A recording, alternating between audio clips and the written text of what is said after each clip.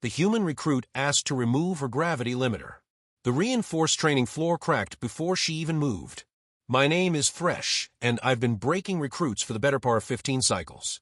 15 cycles of watching every species in the galaxy strut through those blast doors, thinking they have what it takes to earn Colden's certification. Spoiler alert, they don't. Most wash out in the first week, crying about the gravity adjustment or the combat protocols, or how their specific biology makes everything unfair. Yeah, well, life's unfair. The mercenary business doesn't care about your feelings or your special dietary needs.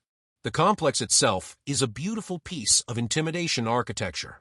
All black stone and angular designs, built into the side of a mountain on Kalara Prime, where the gravity sits at a comfortable 1.4 standard. Comfortable for us, anyway. For the soft-worlders? Well, that's where fun begins. I nudge Vorak, my fellow instructor, a hulking Thoraxian with 4 arms and an attitude problem that made mine look like a friendly suggestion. What have we got today? He consulted his datapad, mandibles clicking in what passed for Thoraxian amusement. The usual mix of delusional and desperate. 3 Centauri scouts already complaining about the temperature. 5 Rigelian guard dropouts, probably running from debt. 2 Manther honor seekers who'll quit when they realize honor doesn't pay medical bills. He paused, his compound eyes glittering with something approaching joy. And 1 human. I laughed. Actually laughed, which I don't do often because it encourages recruits to think I have a soul. A human? Just 1. Did the rest of her support group get lost? Just the 1, Vorak confirmed. Name's Riley Costas. Arrived on a transport from the outer colonies. Application says she's seeking combat certification for contract work. Contract work. I repeated, rolling my shoulders to work out the kinks from a morning training session. Right, because humans are known for their impressive combat records. I let the sarcasm drip from every word like acid from a reactor leak. Here's the thing about humans, they're adorable. No, seriously. Look at them. They come from some backwater planet called Earth in a nothing sector of space that nobody cared about until they invented faster-than-light travel, like 50 cycles ago. 50 cycles. Some species have breakfast traditions older than human space exploration. They're small, squishy, have no natural weapons, no armor plating, no venom, no redundant organs, and they die if you look at them wrong. They need a very specific range of temperature, pressure, and atmospheric composition, or they just stop working. And yet here they come, stumbling into the galaxy with their wide eyes and their weird flat faces, convinced they can hang with species that have been perfecting warfare since before humans figured out agriculture. You remember the last human we had? Vorak asked, and I could hear the grin in his voice. Jensen something, I said, watching the entrance. Made it 3 days before the gravity sickness got him. Spent 2 of those days in medical. 3rd day, he tried to lift a standard practice rifle and threw out his back. Good times, Vorak agreed. The other instructors were gathering now, drawn by the same morbid curiosity that makes people slow down to look at transport crashes. Kess, a Voranthi female with scales that could deflect plasma fire and an undefeated combat record, sauntered over with that predatory grace her species is famous for. I heard we have entertainment arriving, she said. Human recruit, I confirmed. Her laugh was sharp enough to cut. Oh, this should be over quickly. We didn't have to wait long. The blast doors at the complex entrance cycled open with a hiss of equalizing pressure, and the new batch filed in. I could spot the human immediately, because of course I could. She stood out like a glimmerwing in a coal mine. Riley Costas was, and I'm being generous here, unimpressive. She was maybe 1.6 meters tall, which is short even by human standards if the database is accurate. Slim build, looking like a strong breeze would snap her in half. She had dark hair pulled back in some kind of practical knot, brown skin, and these weirdly soft brown eyes that made her look perpetually surprised. She wore standard issue fatigues that seemed 2 sizes too big, and she carried her gear bag like it weighed more than she did. That's the human. Kess asked, disbelief making her voice climb half an octave. That's what the manifest says, Vorak replied, checking his pad again like maybe the information would change if he looked hard enough. Riley was looking around the complex with that expression humans get when they're in over their heads, but too stubborn to admit. I've seen it 1,000 times on 1,000 different faces. The slight widening of the eyes, the way she swallowed hard when she got a good look at the other recruits, most of whom had at least 50 kilos on her, and actual natural defenses, the tiny adjustment of her shoulders like she was trying to make herself look bigger. It wasn't working. Place your bets, folks. I called out to the assembled instructors. I give her until tomorrow morning before she's on a transport home. Tonight, Kes countered, after the first combat drill. You're both being generous, said Vorak. I say she doesn't make it through orientation. The other recruits were noticing the human now, too. I saw the Rigelians exchanging glances, laughing behind their breathing apparatus. The Centauri scouts were whispering among themselves, probably placing their own bets. Even the Manther, who usually took the high road about honor and respect, looked skeptical. Riley must have felt every eye in the complex on her, but to her credit, she didn't run. She just straightened her back, adjusted her grip on her gear bag, and walked toward the check-in station, with her chin up.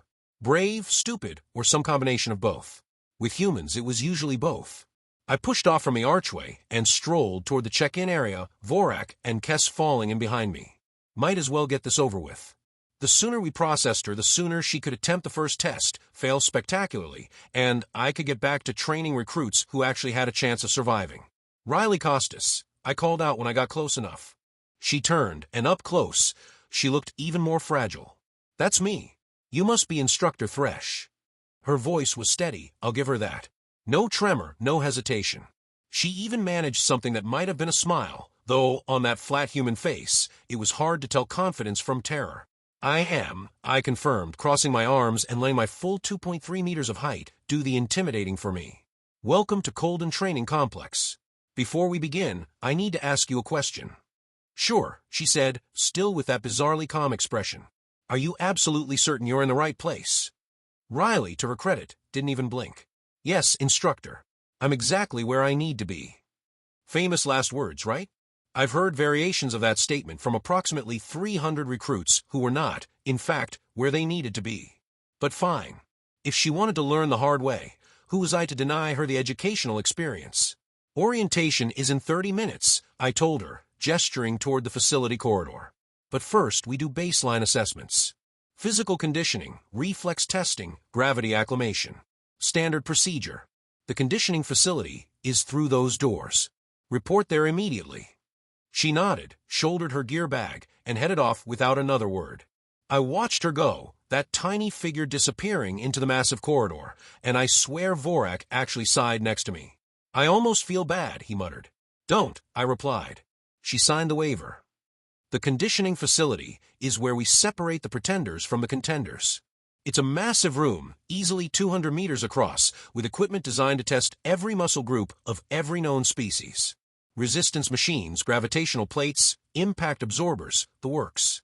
More importantly, it's where recruits get their first real taste of Colden's gravity at full intensity. We keep the entrance corridor at standard gravity as a courtesy, but the facility itself? 1.4 standard. No exceptions. No assistance. By the time I made it down there, Riley was already inside. So we're about half the other recruits, and oh, it was exactly as entertaining as I'd expected. One of the Rigelians was face down on the mat, breathing apparatus working overtime, looking like someone had dropped a building on him. The Centauri scouts were clustered near the entrance, clearly reconsidering their life choices. A Manther was attempting to use the leg press machine and managing about a quarter of the range of motion he probably had back on his homeworld. And there, in the middle of this beautiful disaster, was Riley Costas, standing upright and looking around with that same mildly curious expression she'd been wearing since she arrived. Wait, what? I stopped mid-stride and actually stared. Vorak nearly walked into me. Is the human not affected by the gravity? He asked, and I could hear the confusion in his voice because it matched what I was feeling. She should be, I said slowly. Humans were from a light gravity world. I'd checked the database after Jensen whatever his name was washed out. Earth was 0.97 standard gravity.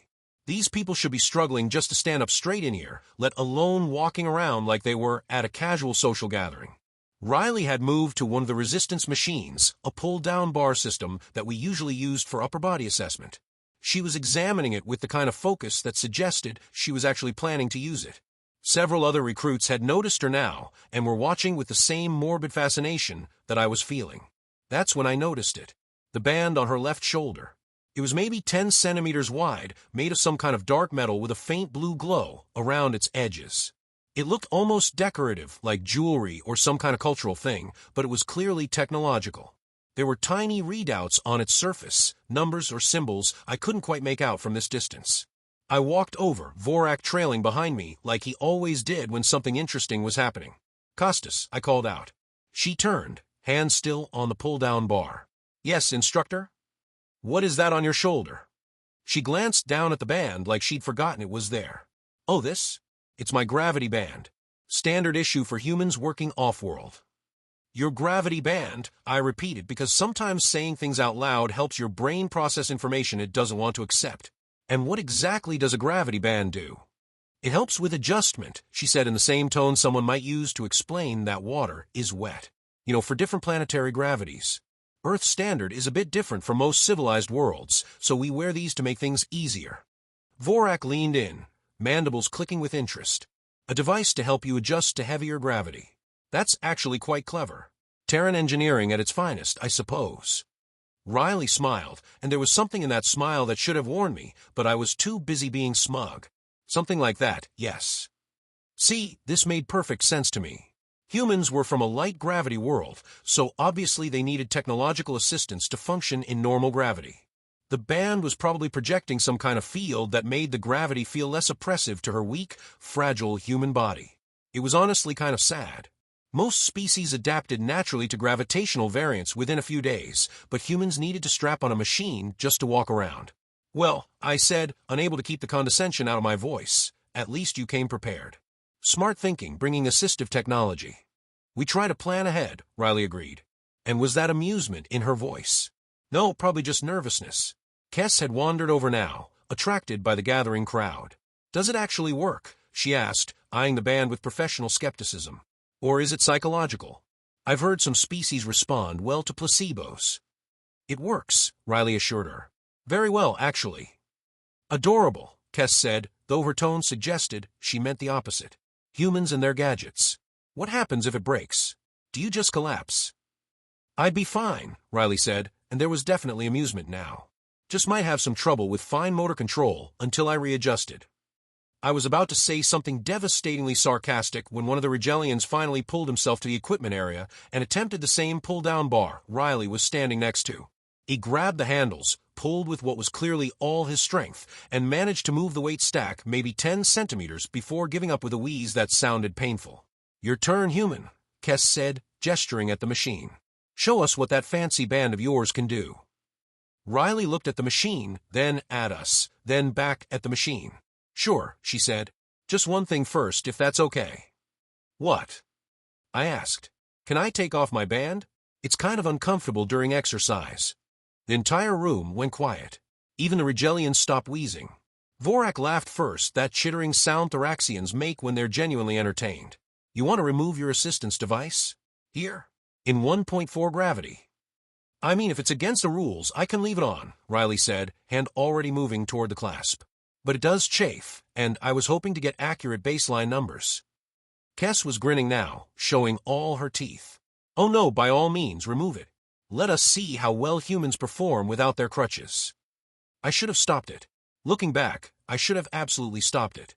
But in my defense, I was too busy anticipating the sight of Riley Costas crumpling to the floor like a puppet with cut strings, and the valuable lesson she was about to learn about honesty in application materials. Go ahead, I said. Take it off. Riley smiled, bright and genuine, and reached for the clasp on her shoulder. Okay, she said, but don't say I didn't warn you. Before Riley could actually unclasp the band, a voice boomed across the conditioning facility like a small earthquake with a superiority complex. Wait. Don't tell me we're about to witness a human attempt physical activity. I turned to see Baxel striding toward us, and when I say striding, I mean each step made the floor plates vibrate. Baxel was Kronth, which meant he was built like a mobile fortress with anger management issues. 3 meters tall, easily 400 kilos of muscle, bone plating, and what I can only describe as concentrated aggression. His species evolved on a high-gravity world where everything was trying to kill everything else, and they responded by becoming unkillable. He was also, unfortunately, one of my fellow instructors specializing in hand-to-hand combat and advanced warfare tactics. Great at his job, terrible at literally everything else, including basic social interaction. Baxel, I said, keeping my tone neutral because the last time I snarked at him, he put me through a wall. Playfully, we're conducting baseline assessments on the human. He looked down at Riley the way someone might look at a particularly unimpressive insect. This should be brief. The other recruits were gathering now, forming a loose circle around the resistance machine. Nothing attracts a crowd quite like impending humiliation. I could see it in their faces, that mixture of relief and anticipation. Relief that they weren't the ones about to embarrass themselves. Anticipation because watching someone else fail made their own struggles feel less pathetic. Riley, to her credit, didn't look intimidated. She looked up at Baxel, craning her neck to take in all 3 meters of him, and just nodded politely. "Hello. You must be one of the combat instructors." "I am Instructor Baxel," he rumbled, crossing his massive arms across his chest. "And you are the human who thinks she can earn Colden's certification." "Riley Costas," she said, extending her hand in that weird human greeting gesture. "Nice to meet you." Baxel stared at her hand like she'd just offered him a live grenade. Nobody moved to shake it. After an awkward moment, Riley lowered it, completely unbothered. "Tell me, Riley Costas," Baxel said, leaning down to bring his face closer to her level, which just made the size difference more ridiculous. "Have you ever completed a pull-down exercise before?" "A few times," Riley admitted. "Back on Earth, anyway." "On Earth," Baxel repeated, then laughed. It sounded like rocks grinding together, where the gravity is what, 0.97 standard. Practically 0 g. He straightened back up, looking around at the assembled crowd. "I have a proposal. A simple demonstration. You, small human, versus this machine. If you can complete 10 repetitions at standard resistance weight, I will personally apologize for doubting you." Baxel, Vorak, clicked his mandibles nervously. The human hasn't even been cleared for full assessment yet. "It's fine," Riley interjected, and I swear there was eagerness in her voice. "I'm happy to demonstrate." Oh, this was going to be spectacular. Standard resistance weight on these machines was calibrated for average mercenary recruits, which meant species that actually had combat-viable physiology. We were talking about moving 150 kilos through a full range of motion. The Rigelian had barely budged it. The Manther had managed 3 partial reps before giving up. And here was Riley Costas, all 1.6 meters and maybe 60 kilos of her, agreeing to try it like Baxel had asked her to pick up a data stylus. "Excellent," Baxel said, grinning in a way that showed every one of his bone-crushing teeth. "Please proceed. Show us what human strength looks like." The crowd pressed closer. I saw a few of the recruits already pulling out their communication devices, probably to record this for posterity. Or for laughs back home. Probably both. Riley stepped up to the machine, examining the weight stack with a critical eye. She tested the handles, adjusting her grip a few times. Then she paused and looked back at us. "Actually," she said, "would it be okay if I removed my gravity band first? I really don't want it interfering with my form." The laughter started immediately. One of the Centauri scouts actually doubled over, his translator struggling to keep up with his wheezing. Kess was shaking her head, scales rippling with suppressed amusement. Even Vorak couldn't quite hide his mandible clicking. Baxel's grin widened. "Oh, please, by all means, remove your assistance device. Let us see the true capability of humanity." "You're sure?" Riley asked, hand on the clasp. "Because once I take it off, things might get a little intense." More laughter. I was smiling too, I'll admit it. The audacity of this human, pretending that removing her gravity support would somehow make her stronger. What did she think was going to happen? That she'd magically become more capable without technological assistance? "I insist," Baxel said, gesturing magnanimously. "We believe in fair testing here. No technological advantages." "Okay," Riley said, and her fingers found the clasp mechanism. "But seriously, you might want to step back a bit." "We're fine right here," I assured her, crossing my arms and settling in to watch the show. This was it. The moment every instructor lives for when a cocky recruit realizes that confidence and capability are 2 very different things. When reality comes crashing down and teaches a lesson that no amount of classroom instruction can match. I'd seen it hundreds of times. The sudden realization, the embarrassment, the deflation of ego. It never got old. Riley shrugged, smiled that strange human smile again, and pressed the release button on her gravity band. "Don't say I didn't warn you," she repeated. And then everything went absolutely insane. The clasp released with a soft click, barely audible over the ambient noise of the facility. What happened next was not soft. Not even a little bit.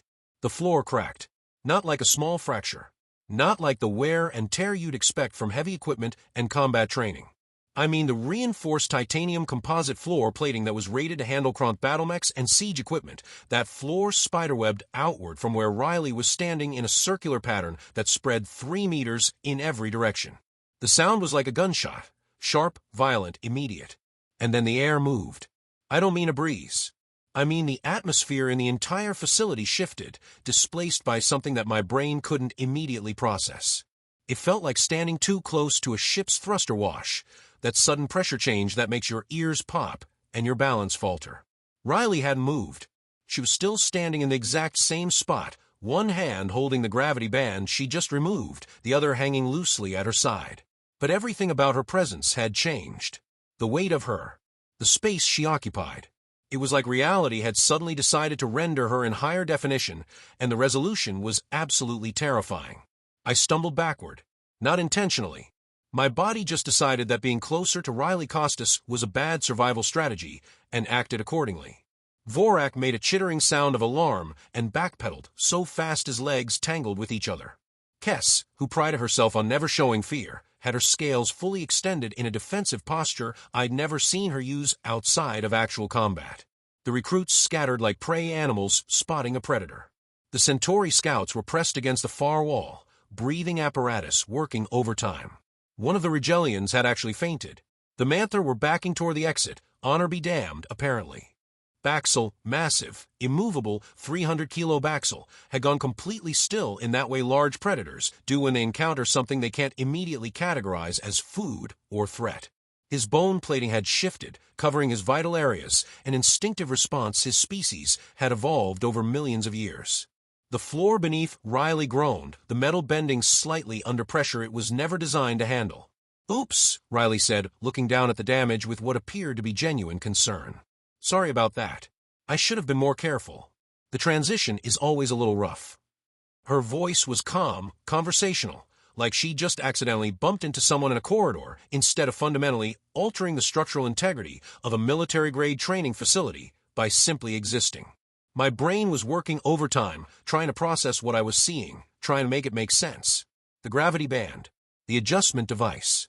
I thought, it was helping her cope with heavier gravity than she was used to. We had it exactly backward. Oh, ancestors, we had it exactly backward. The band wasn't compensating for heavy gravity. It was suppressing her. Earth's gravity wasn't 0.97 standard. Or if it was, that wasn't the whole story. Humans had evolved on a death world where the gravity was so intense that their bodies had adapted to become whatever this was. "Instructor Thresh," Riley's voice snapped me back to the present. "Are you okay? You look pale. Well, paler than usual, I guess. I don't really know what your species' normal coloration is." "What?" I managed to croak out, my voice sounding strange even to my own ears. "What is that band actually doing?" Riley held it up, examining it like it was the most normal thing in the galaxy. "It's a gravitational suppression field generator. Creates a localized field that simulates Earth's standard gravity around my body. Most humans wear them when we're off-world because, well, most planets have significantly lower gravity than home, and we tend to accidentally break things. Or people. Mostly equipment, though. Usually." "How much?" Vorak whispered, and I'd never heard him whisper before. "How much is Earth's actual gravity?" Riley tilted her head, thinking. "Depends on where you measure from. The equator's a bit lighter than the poles, but average surface gravity is about 9.8 meters per second squared. I think that translates to roughly, 3.2 standard? Maybe 3.3. She paused. I'm not great at the conversions. Math was never my best subject. 3.2 standard. 3.2. Humans evolved in gravity more than 3 times what we consider normal. What we trained in, 1.4 standard, what we used to break soft-worlders and teach them humility, was less than half of what this human considered normal. What she lived in every single day of her life. And the band, Kess said, her voice tight, keeps you at Earth gravity levels. "Oh no," Riley said, laughing like Kess had just said something funny. "That would be way too heavy for most environments. It compensates down to about local standard, plus a little bit. Keeps us functional without causing too much damage. Like I said, it's mostly so we don't break things by accident." She was standing in Colden's gravity, 1.4 standard, the same gravity that had Rigelians face down on the mats and Centauri reconsidering their career choices. And she was calling it too light. She was existing in less than half her home gravity and treating it like it was barely noticeable. So right now, I said slowly, each word feeling heavy in my mouth, you're in gravity that's less than half what you grew up with. Right, Riley confirmed. It's honestly kind of nice. Very bouncy. Liberating, you know? Bouncy. She called 3 times fatal gravity bouncy. The floor cracked again, just slightly, as Riley shifted her weight. Maybe, Baxel rumbled, and his voice had lost all of its earlier confidence, maybe you should put that back on. Oh, Riley said, looking around at the assembled instructors and recruits, all of whom were maintaining what I now recognized as a completely sensible distance from her. Yeah, probably a good idea. I forget how fragile infrastructure can be on lighter worlds. Give me just a second. She raised the band toward her shoulder, moving slowly and carefully, like someone trying not to spook a dangerous animal. Except we were the ones who needed to not be spooked. We were the dangerous animals in this scenario. Or at least we thought we were, right up until about 30 seconds ago. Wait, Baxel said, and his voice had taken on a quality I'd never heard from him before. Uncertainty. Before you put that back on. The demonstration. You agreed to 10 repetitions. Every single being in that room turned to stare at him with expressions that ranged from disbelief to outright concern for his mental health. Baxel, Vorak hissed. Perhaps now is not the time. She agreed, Baxel insisted, but he sounded less like he was issuing a challenge and more like he was trying to convince himself that he still had some control over the situation. He didn't. None of us did. 10 repetitions at standard resistance weight. That was the terms. Riley looked at the pull-down machine, then at Baxel, then back at the machine. I mean, sure, if you still want me to. But I should warn you, without the band, I might not have the fine motor control calibrated correctly. I've been wearing it since I left Earth, so my proprioception is a little off without it. Just do the exercise, Baxel said, and it sounded more like a plea than a command. Okay, Riley said, setting the gravity band down carefully on a nearby equipment bench. The bench groaned under what should have been negligible weight. But seriously, everyone might want to back up a bit more. We did. Immediately. Even Baxel retreated a few steps, though he tried to make it look casual. Riley approached the pull-down machine, each footstep leaving small stress fractures in the floor plating. She was moving carefully now, deliberately, like someone navigating a room full of fragile objects. Which I realized with creeping horror was exactly what she was doing. We were the fragile objects. She sat down on the machine's bench. The frame groaned. The hydraulics hissed as they automatically adjusted to compensate for weight distribution, and then hissed again louder, like they were confused about what they were being asked to compensate for. Standard resistance is 150, correct? Riley asked, looking at the weight stack. Yes, I managed to say. Cool, she said, reaching up for the handles. Here we go. She pulled. The weight stack, all 150 kilos of it, designed to challenge species that could bench press small vehicles, moved like it was filled with air. Just whoosh straight down. Full range of motion. Smooth as silk. Riley didn't even seem to notice the resistance. 1, she counted. Up, down. 2. Up, down. 3. She wasn't straining. Not even a little bit. No tension in her shoulders, no gritting of teeth, no shaking muscles. She looked like someone doing a warm-up exercise. Bored almost. 4, 5, 6. The machine was rattling now, the entire frame shaking because it was being used in ways it was never designed to handle. The pulleys were screaming, literally screaming, metal on metal, friction and stress, and mechanical components begging for mercy. 7, 8. One of the Centauri scouts made a sound like a wounded animal. I didn't blame him. 9. Riley paused at the top of the movement, weight stack fully elevated, and looked over at Baxel. Did you want me to do these slowly, or is this pace fine? Baxel said nothing. I'm not sure he could. His bone plating was fully extended now, covering every vulnerable point on his body, an instinctive reaction to a perceived threat. Some deep, lizard-brain part of his species' survival instinct was screaming at him that he was in the presence of an apex predator. I'll just finish, Riley said cheerfully, and pulled one more time. 10. There we go. She released the handles, and the weight stack dropped with a crash that echoed through the entire facility. The machine's frame had bent slightly during the exercise. Actual structural deformation. This equipment was rated for Kront combat specialists, and a human who described herself as average had just warped it by doing a basic pull-down exercise. Riley stood up, brushing off her hands. Was that okay? I feel like maybe I should have gone slower. The equipment here is a lot more delicate than what we have back on Earth. Delicate. She called military-grade training equipment designed to withstand artillery strikes delicate. How? Kess finally asked, her voice barely above a whisper. How is that even possible? You're so small. Dense bone structure, Riley said, like she was reciting from a textbook. Increased muscle fiber efficiency. Compact mass distribution. When you evolve in 3+ standard gravity, you either adapt or you die. We adapted. She smiled, but it didn't reach her eyes. Well, the ones who survived adapted. Earth has a pretty intense evolutionary pressure situation. A death world, Vorak said, and it wasn't a question. We prefer to call a home, Riley replied. But yeah, I guess by galactic standards, Earth is classified as a high-gravity, high-danger environment. Extreme weather patterns, tectonic instability, aggressive megafauna, the works. It's not that bad once you get used to it. Not that bad.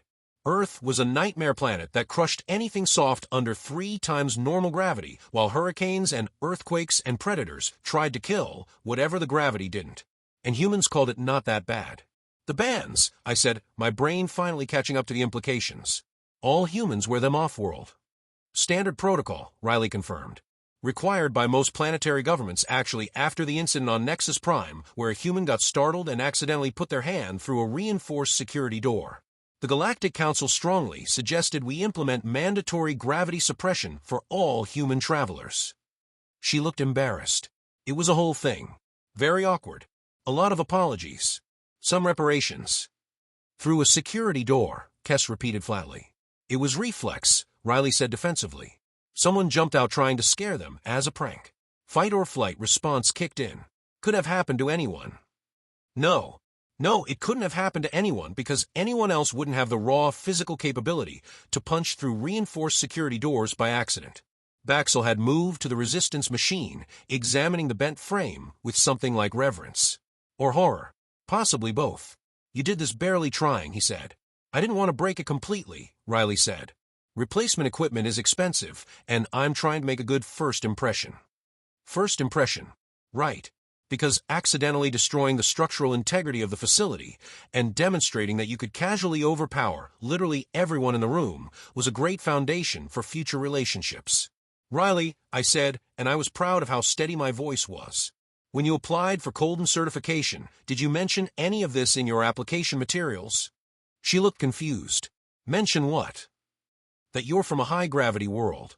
That you're physically capable of this.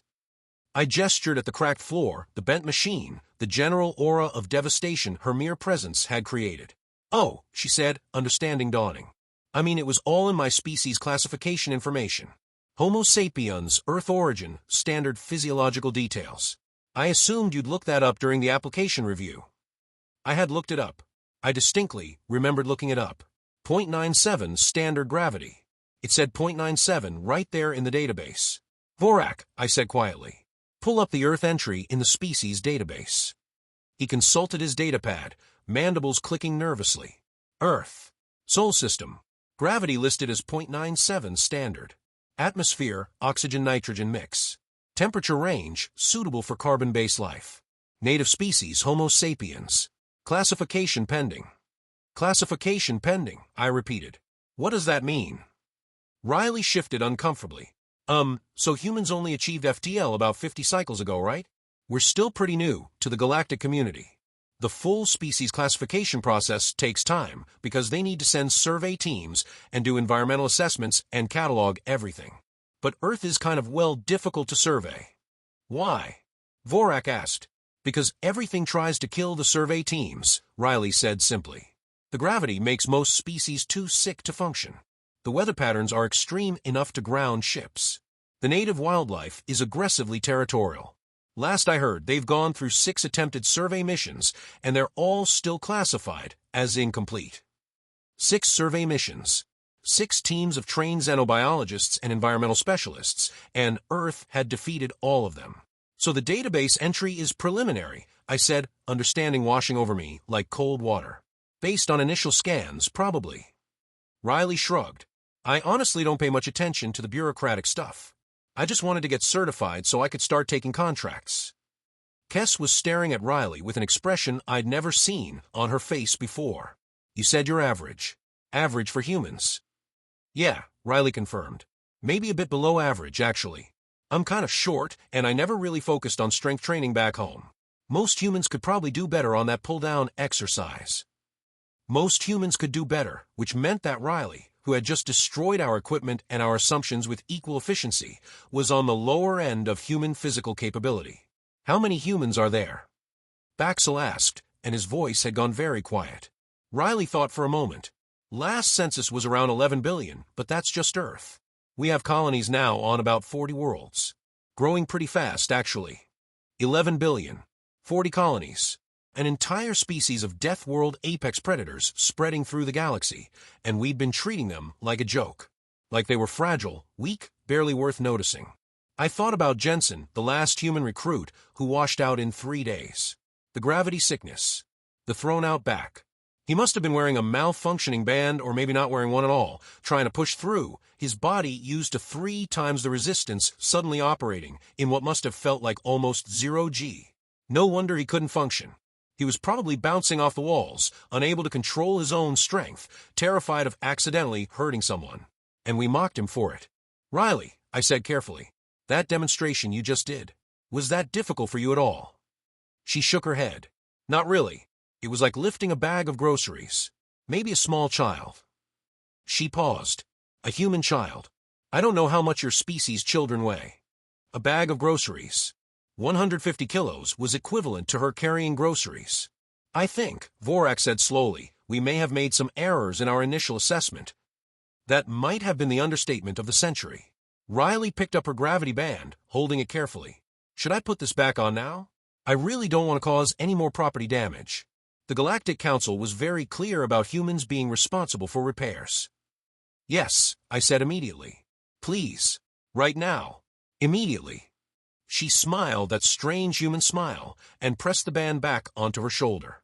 The clasp clicked shut, and the air in the room subtly shifted again. The pressure normalized. Riley's presence became less overwhelming, contained once more by technology that was suppressing enough force to crack titanium plating.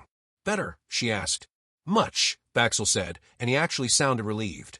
Riley looked around at all of us, at the instructors and recruits who had scattered to the edges of the room, at the damaged equipment and cracked floor. So, she said brightly, what's next in the orientation process? I looked at Vorak. Vorak looked at Kess. Kess looked at Baxel. Baxel looked at the bent resistance machine like it might have answers.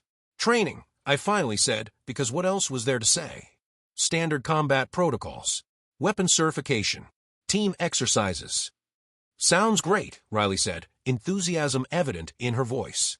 I've been looking forward to this for months. Oh, one question, though. Yes. I managed. Is all the equipment here rated for standard gravity resistance? Because I can requisition human-grade equipment from Earth if needed. It's a bit more robust. Robust. Human-grade equipment was robust, which meant it was built to withstand 3.2 standard gravity and whatever terrifying forces humans casually threw around back on their nightmare homeworld. We'll look into it, I said weakly. Riley beamed. Perfect. This is going to be so much fun. Fun. Right. I'd been breaking recruits for 15 cycles. I'd seen every species in the galaxy attempt Colden's certification. I thought I understood the limits of biological capability, the ceiling of what was physically possible for carbon-based life forms. I understood nothing. Humanity had been underestimated. Catastrophically, completely, fundamentally underestimated. We'd looked at them, seen their soft skin and their fragile-looking frames, evaluated them against the galactic standard that we thought was universal, and we assumed they were weak. We weren't just wrong. We weren't even in the right conceptual neighborhood of correct. And Riley Costas, average human, standing there with her suppression field firmly in place and her bright smile firmly attached, had just rewritten every assumption I had about what was possible. Instructor Fresh, she asked. Are you okay? You still look pale. I'm fine, I lied. I wasn't fine. None of us were fine. Everything had changed in the span of 10 repetitions, and the galaxy was suddenly a much more interesting and terrifying place than it had been 30 minutes ago. Humans. Unbelievable. Terrifying. And apparently here to stay. Ancestors help us all.